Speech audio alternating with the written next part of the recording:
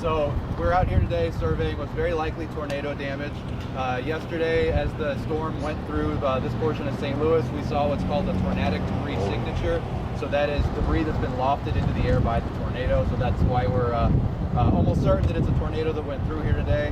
We're going to be going up and down the tornado path, trying to see what was damaged, how damaged it was, and based off of that information, get some idea about the intensity of the tornado as it came through. At this point, we haven't done any of the surveying yet. That's what we're just starting now, and so we don't have the information on the intensity of the tornado just yet. But from what I can tell, just driving here today, it looks like it was relatively wide. I'd estimate at least 100 mile an hour winds at this point. I'm sure it'll be higher than that, but that's sort of what we know thus far. We're going to be out here all day today trying to figure out what exactly happened. Talk about the tools that you use in the survey process. So the main tool that we use, it's called the Damage Assessment Toolkit, and essentially what we'll do is look at everything that's damaged. So we'll say, was this a house, was it a building, like a strip mall building, something like that, and then we'll see how damaged it was. Was the roof ripped off? Were the walls knocked down? Is the building completely level? And then based on how much damage that was, we can estimate what the wind speeds were at that point. And so that's the primary tool that we're using to assess damage. On manpower and workforce, do you have enough staff to rotate through shifts to relieve each other? Are you just going all the way through the night? How is that looking? Yeah, so at the National Weather Service, we're 24/7. We've always got 2 people on staff at all times. Yesterday during the tornado, we had about 10 people in the office, so it was kind of all hands on deck getting the warnings out. But then we continue to have folks in the office in the evening, in the overnight hours. Again, we've got to watch the weather at all times. And then, yeah, we're out here today. We've still got people in the office, and then we've got Alex and myself out here doing the survey today. How far of a path are you looking at for the tornado travel? So based on what we can tell on radar, it looks like the tornado probably touched down somewhere near Clayton, maybe just to the east of Clayton a little bit. Obviously went through this area. There's some indications that it may have crossed the river and gotten into Granite City. And so we'll be going up and down that path today, trying to figure out exactly where the tornado started and ended. Are storms unique to this area? Like, it's kind of like that disaster. Is the storm unique to the area? Yeah. I mean, we get tornadoes in the center part of the country, really across most of the United States, east of the Rocky Mountains. Tornadoes are really, we get plenty of them. We've had, I think this year alone, we've had something like 30 tornadoes just in our area. And it has been an active year, and it's been a year with stronger than normal tornadoes as well. But I would not say it's something unique to the area. Timing-wise, how are you and your workers going to break down actually surveying every part that's been damaged today? It's going to be a long day. So our plan is to start here. We are going to work our way to the east and just try to get as much done as we can. It's tough to say how long it's going to take because I just don't know everything that's damaged just yet. We're going to try to be as quick as we can. We're not going to be able to survey every single point because then we would be here forever. And so we're going to be looking for, really what we want to know is the length of the path, how wide the path was, and then where the worst damage was, because ultimately it's the worst damage that's going to allow us to rate this tornado. What can our viewers do to help? The biggest thing I would say is stay out of the way of first responders. That's what's most important. That's why we're out here today instead of yesterday, is that we wanted to give the first responders plenty of time to focus on saving lives, helping people that are trapped in their homes and things like that. So I would think the biggest thing would be stay away if you don't need to be around. Some people remarked about... Helicopters, what do you guys do anything overhead? We do not do anything overhead, no. We're entirely on the ground doing these surveys. Some people remarked about the speed of how quickly it kind of came into the area. Did we have enough advance notice? And can you talk about the technology or infrastructure that goes into the alert system? Are you confident that the right people got the right notice yesterday? So I can tell you from the National Weather Service perspective, they were very fast-moving storms. We issued our tornado warning approximately at 2:34 p.m., I believe. Based on radar, I would estimate that the tornado probably touched down about 7 or 8 minutes after that. So that's how long the lead time was on our warning. In terms of people getting the information, I don't have much on that, but maybe Sarah can provide a little bit more on that. So we do know when the watch. Oh, sorry, Sarah Russell, Commissioner of Emergency Management for the City of St. Louis. We do know the watch went out well before the warning did, so we were issuing on our Notify STL mobile platform. And then when the warning was issued by the National Weather Service, it was also including a wireless emergency alert, which goes through the cell towers and hits any phone that's connected on that. We also issued the warning through our Notify STL platform to all of our subscribers in the city of St. Louis. And that is just over 200,000 contacts within that system. So we ask people to have that layered approach of getting the notifications. The NOAA weather radios is another avenue that we have and we encourage people to have. And then we do have the sirens as well, which are really targeted for people who are outdoors at the time of a tornado warning or a destructive tag severe thunderstorm. As you were driving around last night, this morning, all that, are you surprised that more people didn't get hurt?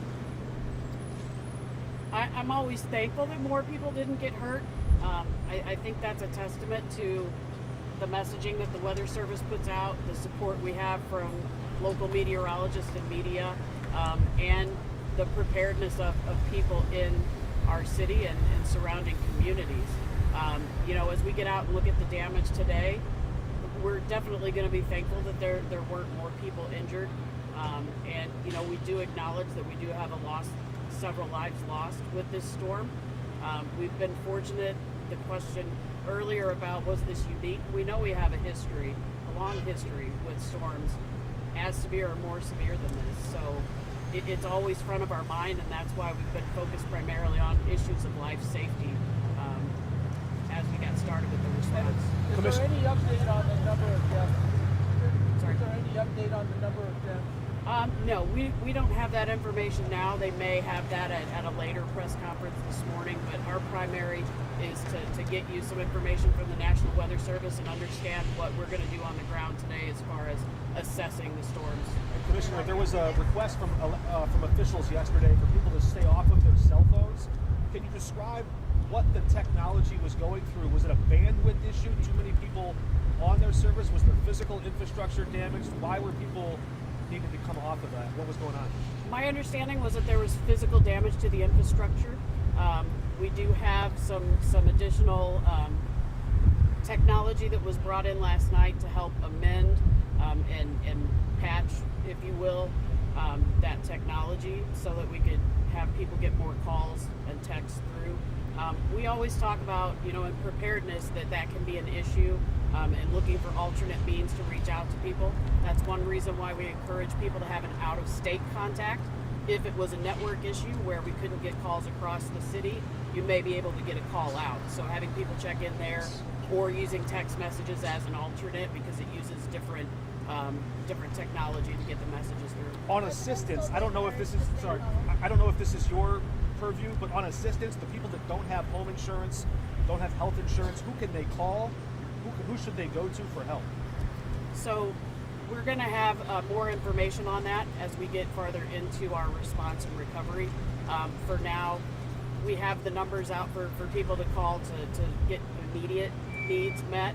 And that does include sheltering if someone is not able to be in their home.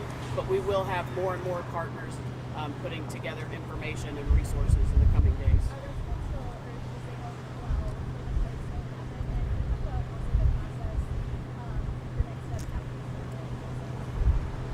Okay, I'll let Ben speak to the process after the survey. Of course, we do encourage people to avoid travel around and within the areas with damage. We do still have first responders out doing work. We're going to be out with the National Weather Service. We know we've got people that may be trying to get in and assess their homes and start to, compose themselves and figure out what their next steps are. We want to make sure that they're safe, and having people drive through unnecessarily puts everyone at risk. So if you can avoid the areas that are impacted, we would like people to do that, absolutely.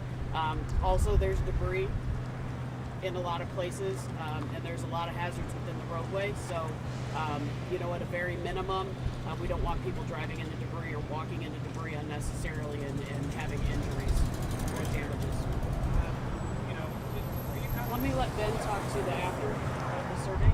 Yeah, so next steps from the survey process for us, we'll be out here certainly all day today figuring out what happened, perhaps spending more time tomorrow if need be. And then from there we will take a look at where the damage was at, where the tornado actually formed, and then comparing that to our radar.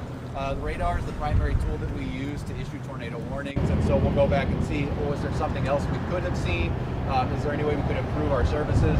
And then that information is going to make its way into the research pipeline as well, so researchers can continue to look for ways to improve our services. So those are our next steps. Commissioner, just real quick, were you confident that the sirens worked as intended yesterday? I know they're old. You guys were replacing them. We've had a lot of questions about sirens, and we are looking into that. But our primary goal does remain life safety at this point, and getting through the survey with the National Weather Service so that we have information from the ground level that we have to get people started on recovery. But we are looking into that. But again, that's why we encourage people to have multiple layers. Expecting that you're going to hear a tornado siren inside of your home during a tornado is a pretty high expectation to have of a system. We are progressing with the replacement process of our system. That's why we had the testing on Thursday, was to give the engineers an opportunity to get the final amount of data they need to help us move that process forward so that we can start getting installation as soon as possible. But again, that's one tool that we use, and we encourage people to have those redundant systems, having weather radio, subscribing to Notify STL, and of course any of the apps that our networks provide to give updates. I guess, was there any specific areas where those sirens didn't go off yesterday? That's still being looked at. We're still getting input from the community and other sources, so that's data that we'll push through when we get the other priority data done. But we will get to that, yes, certainly. Is the media able to go with you guys on this tour of the survey yesterday? How that work? So probably not. It's going to be a long day already, and I really don't think we're going to have a lot of time to kind of stop along the way. So we're going to try to kind of stay on our own and do the survey, and we'll be sure to let you all know. We'll be posting to our website, various social media platforms, and we'll probably try to organize another press conference maybe this afternoon once we've got a better idea of what we're looking at. Do you have those numbers that you could share with people about how to reach out for help? I don't mean to put you on the spot. Do you know the phone numbers? I can get those to you, Mark, Yeah. as soon as we're done. Okay. Just for people I think watching, If yeah. we can wrap, we're going to get them started out on the road, but we'll get youth survey updates later, and then there will be the other press conference where we'll get more details from the other city agencies. All right. All right, thank you. all. Oh, let me grab that. All right, that was Ben Herzog with the National Weather Service and Sarah Russell, the Commissioner of the City Emergency Management Agency. We're going to hear more from state officials in just a moment. You might have seen over their shoulder Governor Mike Kehoe just arriving at the command center moments ago. We expect to hear from Governor Kehoe at 10:30 this morning, so stay tuned to see what the state of Missouri can do to bring relief and bring help. Of course, Congress might also be able to send disaster relief at some point. That's many weeks, if not months off from now. We do hope we can bring anyone in our audience some more information about the specific ways you can offer your help, ways you can find help if you need it. There are numbers that the City Emergency Management Agency has on hand. You can check their social media information right now to find that. If you're having a hard time getting that, we'll try to bring you those phone numbers over our airwaves and as we stream online here in the next few moments, just so people have it. You can share that information. Again, there are some people whose homes are insured. We expect most of those people are working with their insurance companies directly to find immediate relief. The work itself is going to be a lot, but the recovery, there are some folks who may not have their homes insured, who may not have health insurance. We met one of those folks last night. Those are the folks we're going to try to get more information for. We know that the Red Cross was helping to shelter people last night, and of course there are some folks who are just taking people in, neighbors and friends and family, offering them places to stay as their homes have been flattened or demolished in some way. But again, we're going to sign off for you for now from 5+. This is Mark Maxwell just on the command center here in the north side, but we will be back online with you on KSDK here in about 13 minutes at the top of the hour at 9 o'clock with more on Today in St. Louis. We'll see you there.